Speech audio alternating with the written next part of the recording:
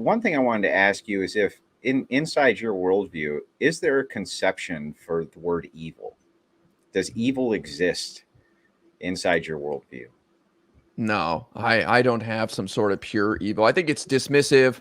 I think it's a kind of a boogeyman, and it's a way to um, uh, shirk off any responsibility for actually trying to work with people and deal with them. I think it just doesn't have any application in my worldview at all. So the one of the reasons I asked this question is you have these monsters like Ted Bundy and people like this, for instance, who did these unspeakable acts. We were to assume for a second that we lived in a world where you could give them a pill, and if they took the pill, you'd know for sure that they would never reoffend for the acts that they did. Um, and you gave it to them. Would you let them back into society?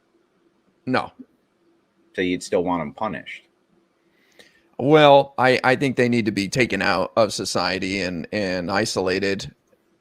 Even if the pill, People, even if that pill would cure it, so you know, with like 100% within this hypothetical, there's no way at all that they would ever reoffend. You still don't think that you should let them back into society?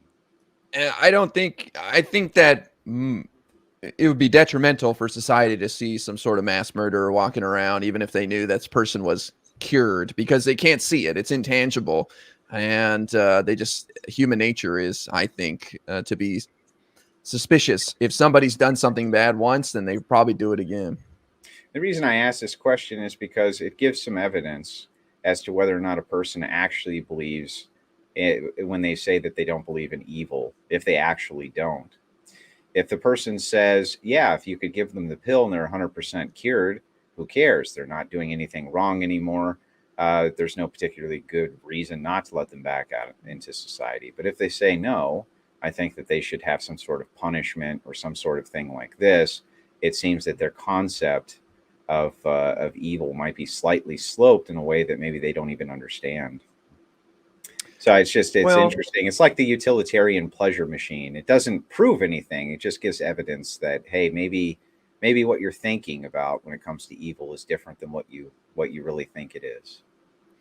well, I don't know if I passed or failed the test, but I just think It's not a pass or a fail. ah, It's just an interesting question that's fun to ponder. It's not a you can't get it wrong.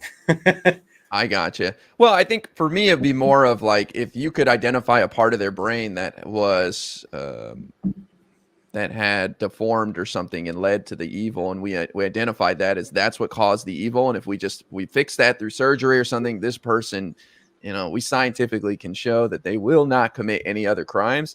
Then perhaps they can be, closely monitored or whatever. I don't know. I just, for me as a liberal, I deal in political reality. And so I don't live in a fantasy land where if we just follow all these things, everything's going to fall into place. I do factor human nature into a lot of my decisions, and I just assume that a lot of people will be freaked out by this mass murderer they've seen on TV walking around in public and wouldn't believe science, in that regard. Gotcha. I guess you could adjust the hypothetical a million ways to continue to flesh it out, but it's not necessary. I just think that it's an interesting way to see if there's evidence that a person's position is actually in opposition to themselves in some way. Much like I was giving you the example, the utilitarian pleasure machine. If you wouldn't go into the machine that would give you the maximum amount of pleasure for the rest of your life, it gives evidence that well, people maybe don't want maximum pleasure for the rest of their life, right? Well, So I, it's just an I think interesting way to look at things. I think a little struggle in life is beneficial, and you value success and pleasure a lot more if you incur a little suffering too. Yeah, I mean that's true. Struggle makes us who we are, right? Interestingly enough, uh, kind of the paradigm on your side is that you want to eliminate as much struggle as you possibly can, though. Um, do you feel like that's conflicting at all within your own worldview, knowing that struggle is what gives you character, but on the other hand, you want to try to eliminate as much of that as possible from the individual? Well, I want to eliminate unnecessary suffering. I think if your business fails or something, like you can live, you got enough money still to survive or whatever. I don't want to see, like, I don't think everybody needs to be homeless at one point in their life in order to succeed or something like that. And there's a lot of institutional things at play that keep people down way beyond what I think is necessary. The challenges some people face in America, I think, are a bit ridiculous versus something like I have to deal with maybe a business failing or something. You're all going to get the joke, right? You're all going to get it, whether you want to get it or not. You're all going to understand the joke before too long.